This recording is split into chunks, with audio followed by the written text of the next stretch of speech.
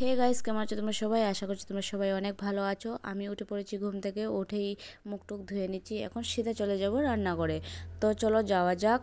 রান্নাঘরে এসে পড়েছি। আর এই যে সকালে যে আমি খালি পেটে ওষুধ খাই সেইটা আগে খেয়ে নিচ্ছি, তারপরে নিজের কাজে লেগে যাব। আর এই যে জানলার পাশে দাঁড়িয়ে দাঁড়িয়ে বাইরে একটু ওয়েদার দেখছিলাম, আর আমার সাথে সাথে দিদিও জলটা খেয়ে নিচ্ছিল। তো তারপর লেগে পড়লাম চাউল ঝাড়তে। আসলে রেশনের চাউলে অনেকগুলো পাথর চাবড়া থাকে, সেইগুলো ভালো করে পরিষ্কার না করে কিন্তু একদমই খাওয়া যায় না। তো আমি অনেক ভালো করে বেছে নিয়েছি। এই কথাটা সবাই বলে যে মেয়েদের নাকি বিয়ের পরেই সংসার হয়, সংসারে পড়ে যায়। সেই রকম কিছু নয়। মেয়েদের বাপের বাড়িতে থাকলেও একটা সংসার আছে, দায়িত্ব আছে।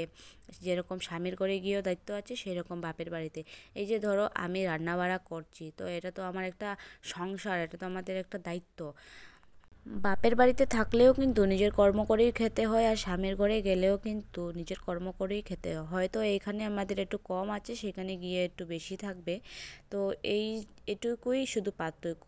তো এদিকে দেখতে পাচ্ছ যে দিদি সবজি কেটে নিল, ও তরকারিটা করবে, আর আমি এদিকে ভাত বসিয়ে দিয়েছিলাম। তো আর থানকুনি পাতাগুলো কিন্তু আমরা 2-3 দিন আগে এনেছি, কিন্তু এখনও পর্যন্ত আমাদের বাটা খাওয়া হয়নি।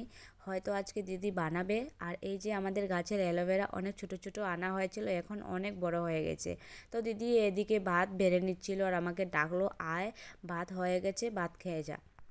ও বসে পড়লো আর আমিও বসে পড়লাম ভাত খেতে। এদিকে বানিয়েছে দিদি আলু আর ফুলকপি ডিম দিয়ে তরকারি করলো, আর বেগুন বড়া করলো, আর রাত্রের কিছু তরকারি ছিল। এই যে আমাকে দেখতে পাচ্ছ অনেক কালো কালো লাগছে, আসলে লাইট পড়ছে না এই সাইডে, তার জন্য অনেক কালো কালো লাগছে। যাই হোক, আমি এমনিতেই কালো, আর কালো দেখলে আমাকে কিছু হবে না। আর আমাদের গাছের কুল দেখছো, আমি আসলে ভাত খেয়ে এসেছি, এখন কুল পেরেছি কয়েকটা, দেখতে পাচ্ছ, এখন খাবো।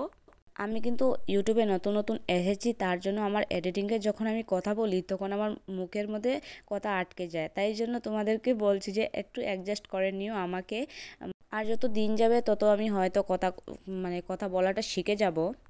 তো কথা বলাটা কিন্তু অনেকটাই ইম্পর্টেন্ট, না হলে তোমরা ভিডিওতে কী দেখবে বা কী বুঝবে। তো আমার কুল খাওয়া দেখে কি তোমাদেরও মুখে জল এসে পড়েছে? আসে যদি কমেন্ট করো। আজকের জন্য এই পর্যন্তই, টাটা।